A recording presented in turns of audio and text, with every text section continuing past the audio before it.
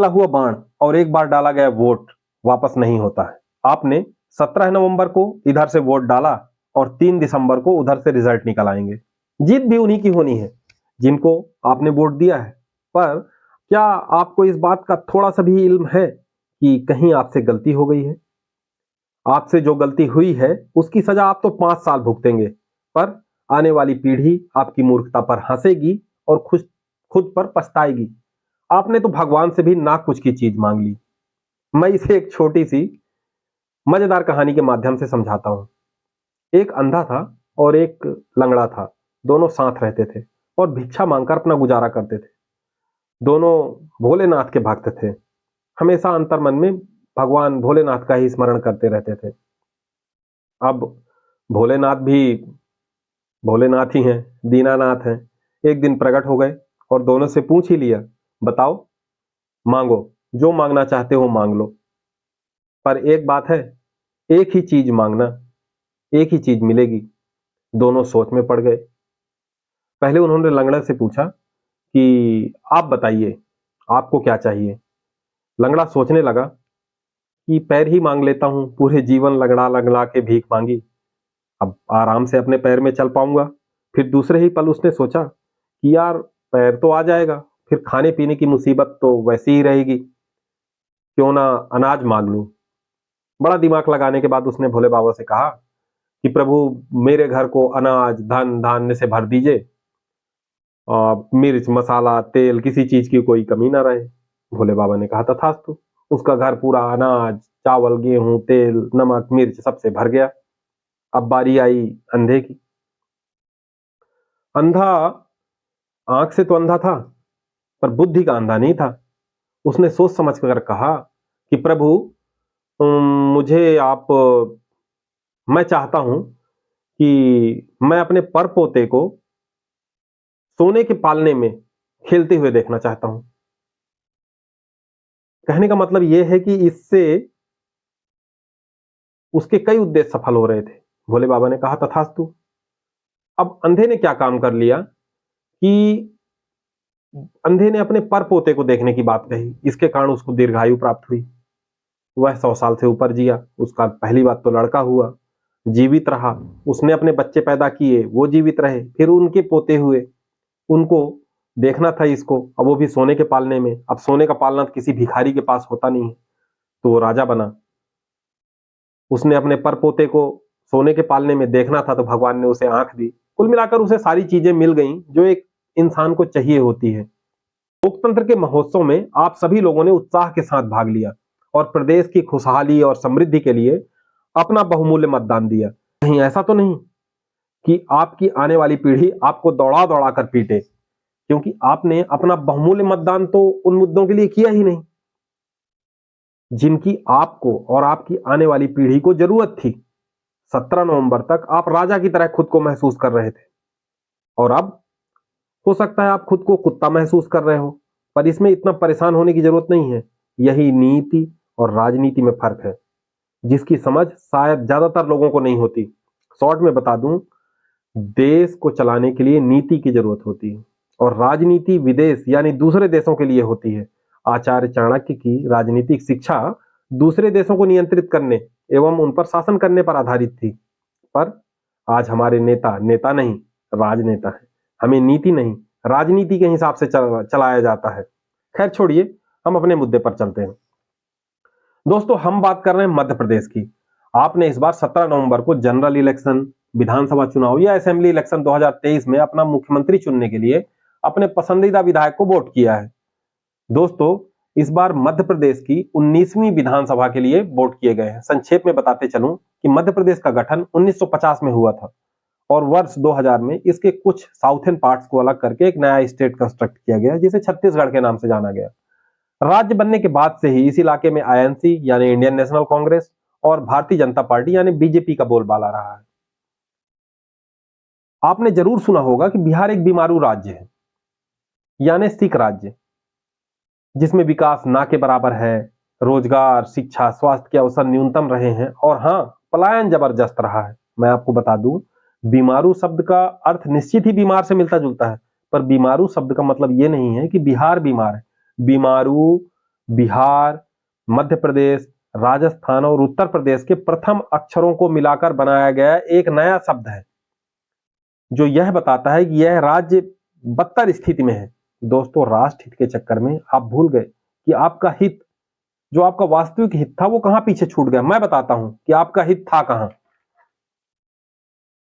पहली चीज लेते हैं शिक्षा। दोस्तों, मध्य प्रदेश वो राज्य है जहां का पढ़ा हुआ विद्यार्थी, जहां की शिक्षा व्यवस्था से शोषित विद्यार्थी कहीं भी जाता है भारत में तो उसे शर्मिंदा होना पड़ता है। स्कूलों में गणित और विज्ञान पढ़ाने वाले शिक्षक ही नहीं है, और अगर किसी विद्यार्थी को घर से 20-30 किलोमीटर दूर जाकर ऐसे विषयों को पढ़ने के लिए जाना भी पड़ता है, तो वहां एक शिक्षक 100-100, 150-150 विद्यार्थियों को पढ़ा रहा होता है। हालात ऐसे हैं कि कई प्रतिभावान विद्यार्थी तो अनिच्छा के विषयों का चयन कर लेते हैं। शिक्षकों के चयन प्रक्रिया कैसी है, वो कितने मोटिवेटेड हैं, उनसे क्या क्या काम कराए जा रहे हैं, वो कितने योग्य हैं, इस विषय पर से तो मेरा दूर रहना ही ठीक है। अंग्रेजी पढ़ाने वाले शिक्षकों का ये हाल है कि वो खुद अपने विषय की ही परीक्षा पास करने में सक्षम नहीं है। टीचर्स और स्टूडेंट का रेशियो 1:40 या 1:40 से ज्यादा नहीं होना चाहिए, पर यहाँ तो एक एक शिक्षक 150-150 विद्यार्थियों को भेड़ बकरियों की तरह हाँक रहा है। आपको जबरदस्ती वह सब पढ़ाया जा रहा है जो आपके कभी काम ही नहीं आना। विधायक के बच्चे विदेश में पढ़ते हैं, और पैसे वालों के बच्चों के लिए विधायक ने स्कूल खोल रखा है, और वोटर विधायक जी के पैर छू रहे हैं। गजब का खेल है भाई। अभी चलिए अगले बिंदु पर चलते हैं। अगला बिंदु है खेल। कई विद्यालयों में तो न्यूनतम स्तर के खेल मैदान ही नहीं है, और अगर है भी तो ज्यादातर में इलीगल इंक्रोचमेंट है। कोई धान की बुआई कर रहा है, किसी ने खेल मैदान के ही आधे में घर बना रखा है। मैं तो स्टेडियम की मांग ही नहीं कर रहा, खाली खेल मैदान तो दे दो। यही कारण है कि मध्य प्रदेश से कभी किसी खिलाड़ी का चयन नेशनल या ओलंपिक्स की टीम में नहीं होता है। स्कूलों में जो खेल और जिम के सामान है वो रखे रखे सड़ गए, कभी बाहर नहीं निकले। क्या आपने कभी इस बारे में सोचा? दोस्तों, टोक्यो ओलंपिक्स में 33 कैटेगरीज में खेलों को शामिल किया गया। आपने शायद इनके नाम भी नहीं सुने होंगे, मैं जल्दी जल्दी एक बार सुना देता हूं। वैसे मेरा ये टॉपिक नहीं है, पर फिर भी मैं इसे टच करते चलता हूं, क्योंकि अगर कभी सुनोगे तभी तो सोचोगे। तो इस बार के जो टोक्यो ओलंपिक्स में 33 तरह के खेलों का आयोजन किया गया, उनमें एक्वेटिक्स, इसमें 49 तरीके के इवेंट्स होते हैं। आर्चरी यानी निशानेबाजी, एथलेटिक्स, इसमें 48 तरीके के, जैसे 100 मीटर, 200 मीटर, 400 मीटर, 1600 मीटर, इस तरह 48 तरीके के इवेंट्स होते हैं। Badminton, baseball, softball, basketball, boxing, canoeing, ये एक पतली सी नाव होती है जिसमें 20-22 लोग मिलकर चलाते हैं। साइकिलिंग, इसमें 22 इवेंट्स हैं। घुड़सवारी, football, golf, gymnastic, handball, hockey, judo, karate और पेंटाथलन। पेंटाथलन में क्या होता है कि 4-5 तरीके के इवेंट होते हैं, जैसे दौड़ना होता है, तैरना होता है, फिर फायरिंग करनी होती है। मतलब इनको मिला जुला कर एक खेल है। रोइंग, ये भी नौके जैसा काम है। Rugby, selling, shooting, skateboarding, sport climbing, surfing, table tennis, taekwondo, tennis, volleyball, weight lifting, wrestling, इतने तरीके के खेल हैं।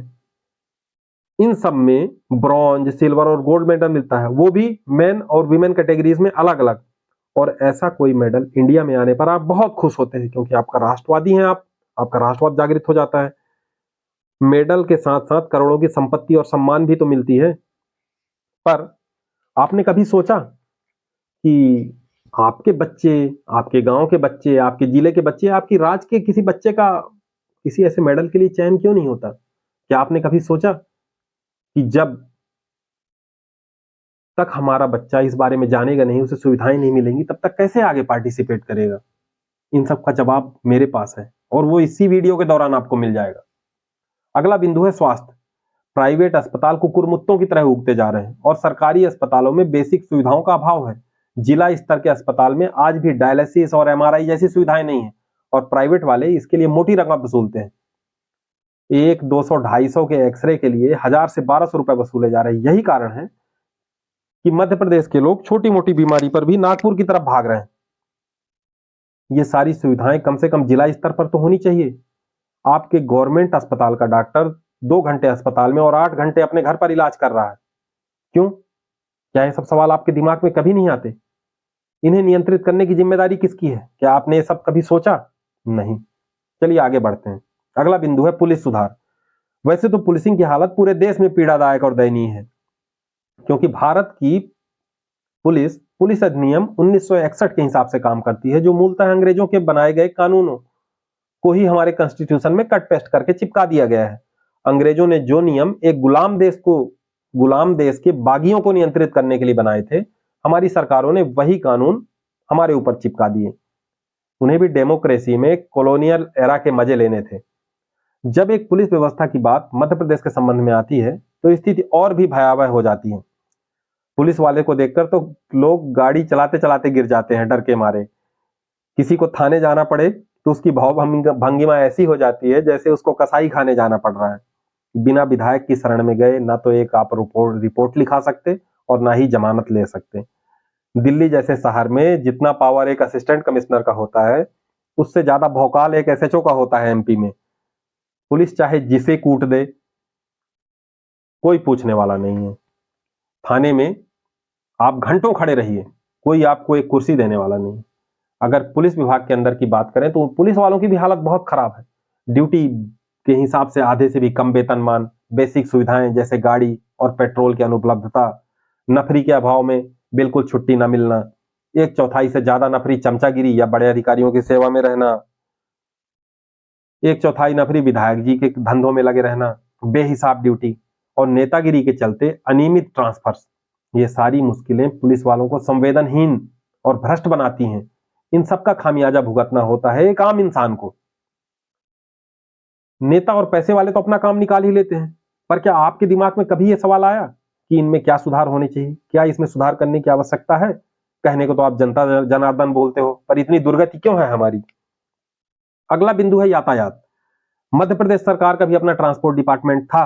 बसें थी, पूरे प्रदेश में रियायती दरों पर नागरिकों को लाने ले जाने का काम करती थी, पर पूरी चालाकी से सरकार ने धीरे धीरे इन्हें बंद कर दिया। पहले इन्हें खटारा किया, फिर इनमें जो बसें बिगड़ती गई उनको बनवाया नहीं, और फिर बीमारी का हवाला देकर इनको पूरी तरीके से बंद कर दिया और प्राइवेट ऑनर्स को यह सौंप दिया गया। अब प्राइवेट बस ऑपरेटर्स आपसे मनमाना किराया वसूल रहे हैं और इसमें सरकार का कोई नियंत्रण नहीं है। डीजल की कीमतें घटती बढ़ती रही, पर किराया लगातार बढ़ता रहा।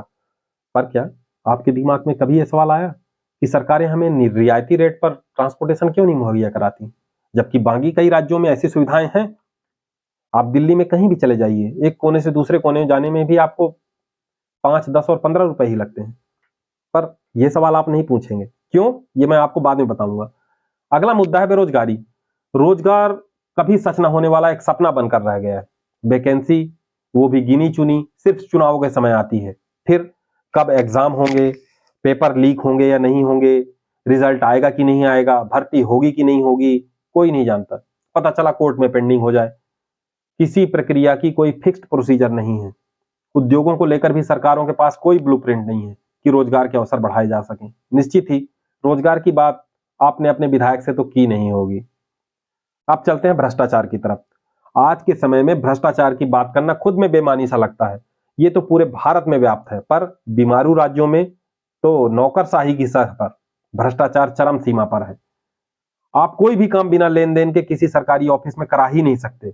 आपने चाहे पूरी जिंदगी एक भी रुपये बेईमानी से न कमाए हों, पर आपको हर सरकारी काम के लिए दक्षिणा देनी ही होगी। राजस्व विभाग तो भगवान से भी ऊपर है। जमीन के एक टुकड़े की नाप करवाने में आपको कई वर्ष लग सकते हैं। दक्षिणा देने के बाद भी काम है जो होना ही नहीं चाहता। सरकारों ने प्रक्रिया इतनी लंबी बना दी है कि बिना विधायक जी की शरण में गए कोई काम नहीं होने वाला। कई कई पुश्तों से खाता जमीनों वाले अलग ही नहीं हुए हैं। किसी भी सरकारी योजना का लाभ लेने से पहले दक्षिणा देना और बाद में दक्षिणा देना, प्रक्रिया ही ऐसी बनाई गई है कि आप बच ही नहीं सकते।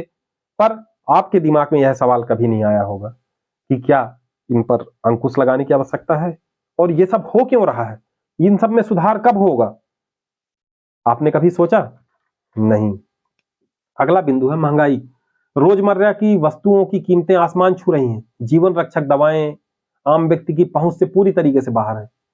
पर ऐसा क्यों हो रहा है, आप जानना ही नहीं चाहते। अगला बिंदु चलते हैं कृषि की तरफ। सरकारें सिर्फ गेहूं और धान का समर्थन मूल्य तय करती हैं। धान की खेती के चक्कर में धरती से पानी खत्म होता जा रहा है। कोई भी दालों की खेती नहीं कर रहा है और दलहन की कीमतें बढ़ती जा रही हैं। सरकारें आपको उधार देंगी, गेहूं धान की कीमतें देंगी, पर खाद और कीटनाशक दवाओं के मूल्य कम नहीं करेंगी। अगर ऐसा कर दिया तो आप आत्मनिर्भर हो जाओगे और विधायक जी का पैर कौन छुएगा? कभी आपने अपने दिमाग में ऐसा प्रश्न किया कि ऐसा क्यों हो रहा है? जब सरकार रियायत मूल्य पर हमारी फसलें खरीद सकती हैं मूल्य बढ़ाकर, तो क्यों दवाई और खादों की कीमत क्यों नहीं कम कर देती कि किसान को तो लाभ मिल जाएगा? चाहे सरकार उधर से छूट करे, चाहे इधर से करे, पैसा तो सरकार का ही लग रहा है, पर ऐसा होगा नहीं। सामाजिक सौहार्द, स्वार्थवश सभी नेताओं ने खूब जात-पात फैलाया, खूब सांप्रदायिकता फैलाई। पहले इन्हीं के दल्ले हिंदू राष्ट्र की बात करेंगे, फिर यही बयान देंगे कि हम धर्मनिरपेक्ष हैं, हमारी नजर में सभी धर्म, जाति सब बराबर हैं। कभी ये बोलेंगे हम पिछड़े हैं, कभी ये बोलेंगे हम अनुसूचित हैं, कभी ये बोलेंगे हम राम के भक्त हैं, कभी ये अंबेडकर के भक्त हैं, कभी ये बुद्ध के भक्त हैं, कभी किसी का नाम बदल देंगे, कभी किसी जगह का नाम बदल देंगे। फिर ये बोलेंगे हम संविधान को आंच नहीं आने देंगे, फिर ये संविधान संशोधन कर देंगे। मैं कहना यही चाहता हूं कि आप 4 साल तक तो सौहार्द से रह लेते हो, पर चुनाव के समय ऐसा क्या जादू हो जाता है कि आपके अंदर हिंदू मुसलमान पैदा हो जाता है, आपके अंदर जात पात पैदा हो जाती है। फिर सवाल यही है कि जब सब अच्छे से चल रहा था तो ये सौहार्द बिगाड़ता कौन है? अगला बिंदु है अमीर और गरीब का अंतर। विधायक जी के पास जो पैसा था 10 साल पहले, वो 10,000 गुना हो चुका है 2 पंचवर्षीय में। और आप कहां पहुंच गए?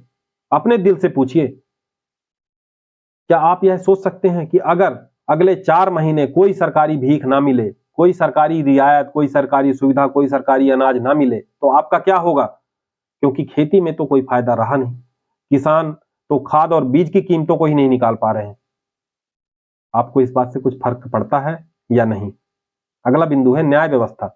न्याय व्यवस्था ऐसी है कि अगर सरकार चाहे तो बिना सजा के आपको 10 साल न्यायिक अभिरक्षा में रख दे और खुद इनके ऊपर लगे मुकदमे 20-20 साल तक क्लियर नहीं होते। वकील लड़ते रहते हैं, इन पर कोई असर ही नहीं पड़ता और आम इंसान बंधुआ मजदूर बना हुआ है। एक आम इंसान भगवान से भी ज्यादा न्याय व्यवस्था से घबराता है, क्योंकि वकील की फीस कहां से आएगी और केस भी जीवन पर्यंत चलेगा। एक तरफ अपराधी और नेता कानून को जेब में डालकर घूम रहे हैं, दूसरी तरफ आम नागरिक कांप रहा है। क्या कभी आपको ऐसा लगा कि ऐसा नहीं होना चाहिए, इनमें सुधार होने चाहिए? अगला बिंदु है दल बदलू विधायक। एक विधायक को आप अपने मुद्दों के आधार पर, आप एक पार्टी के आधार पर, आप एक दृष्टिकोण के आधार पर वोट करते हो, पर जब चाहे विधायक आपकी भावनाओं को लात मारकर किसी दूसरी पार्टी में शामिल हो जाते हैं। यह कहां का न्याय है? क्या दल बदलू विधायकों को सीट से त्यागपत्र देना अनिवार्य नहीं होना चाहिए? कभी आपने ऐसा सोचा? हमें न्यूनतम मजदूरी क्यों नहीं मिल रही है? सरकारी कामों में पारदर्शिता क्यों नहीं? आखिर ऐसा क्यों हो रहा है? आखिर इन सब के लिए जिम्मेदार कौन है? मैं बताता हूं। इन सब के लिए जिम्मेदार हैं आप, आपके भगवान और सरकारी योजनाएं। चलिए एक एक से समझते हैं। नंबर 1, सरकारी योजनाएं। सरकार ने सैकड़ों योजनाएं, 108 योजनाएं बना दी। आप सब कुछ भूलकर इन योजनाओं के चक्कर में लगे रहो और अपने आधार कार्ड, वोटर आईडी और बीपीएल कार्ड की फोटोकॉपी कराते रहो और जिंदगी भर विधायक जी के चरणों में पड़े रहो। भाई, सरकारें नहीं चाहती कि आप आत्मनिर्भर हो जाओ और पढ़ो, क्योंकि अगर ये दोनों चीजें हो गई तो इनके पैर कौन छुएगा? और ऊपर से पढ़ लोगे तो सवाल करोगे। डॉक्टर बी आर अंबेडकर ने भी यही कहा था कि सरकारें सब कुछ देंगी, आपको शिक्षा नहीं देंगी, क्योंकि जैसे ही आपको शिक्षा मिलेगी आप सवाल करना शुरू कर दोगे। अगली चीज है भगवान। नेता समझ चुके हैं कि जब प्रदेश की जनता को स्वास्थ्य, शिक्षा, पुलिस सुधार, कृषि सुधार, महंगाई, बेरोजगारी, भ्रष्टाचार और न जाने क्या क्या, इनसे कोई मतलब ही नहीं है, तो इन्हें क्यों ना कोई ऐसा झुनझुना पकड़ा दिया जाए जिसे बजाकर ये भी खुश होते रहें और हम अपना काम करते रहें। जैसे कुत्ता हड्डी चूस कर खुश होता है, हड्डी चुभने के कारण कुत्ते के मुंह से खून बहने लगता है और कुत्ता अपने ही खून का स्वाद पाकर खुश होता रहता है। फिर नेताओं की समझ में आया कि धर्म से तगड़ा अफीम तो कोई है ही नहीं, क्यों ना इन मूर्खों को धर्म में उलझा देते हैं, ये झुनझुना बजाएं और हम पैसा कमाएं। वैसे इस मामले में ज्यादा बोलना सही नहीं होगा, अपनी अपनी पसंद का मामला है। मान लीजिए किसी को बैकुंठ ही जाना है तो उसे विधायक जी के बनवाए तीर्थ में तो जाना ही होगा। आखिरी और सबसे बड़ी समस्या आप खुद हैं, क्योंकि आप स्वार्थी नहीं हैं या आप क्षणिक स्वार्थी हैं। आपने अपने दिमाग का कभी पूरा प्रयोग किया ही नहीं। आपके दिमाग में गुलामी ठूस-ठूस कर भर दी गई है। सारी प्रक्रियाएँ ऐसी बना दी गई हैं कि बिना नेताओं के चरणों में गए कुछ भी होने वाला नहीं है। और जब विधायक जी आपके पास वोट मांगने आए थे, तब क्या आपने ऊपर बताए किसी भी एक बिंदु पर उनसे चर्चा की थी? निश्चित ही नहीं की होगी। आपने तुरंत जाकर उनके पैर पड़े, क्योंकि जब ये विधायक जी बनेंगे तो कम से कम मुझे पहचान लेंगे। आपने बात की थी 108 फीट की अष्टधातु से निर्मित भगवान परशुराम जी की मूर्ति की, जहां पूरे चारों धाम के देवी देवताओं को एकत्रित किया जाएगा। आपने बात की थी धीरेन्द्र शास्त्री जी की। चलिए, अब तो मतदान हो चुके हैं और 3 दिसंबर को परिणाम भी आ जाएंगे और आप फिर विधायक जी के पैर छू रहे होंगे। चाहे पार्टी बदल जाए, विधायक जी बदल जाए, पर आप पैर छूते थे और छूते ही रहोगे, क्योंकि ये आपको इसी लायक बनाकर रखेंगे, क्योंकि आप मुद्दों की बात ही नहीं करते। अंत में मैं भगवान परशुराम जी से प्रार्थना करूंगा कि आपने लोकतंत्र के इस महोत्सव में जिस प्रत्याशी को भी मतदान किया है वही विजयी हो और आपको वो सब मिले जिसकी आपने कामना की थी। आपके उज्जवल भविष्य की कामना के साथ जय हिंद, जय भारत।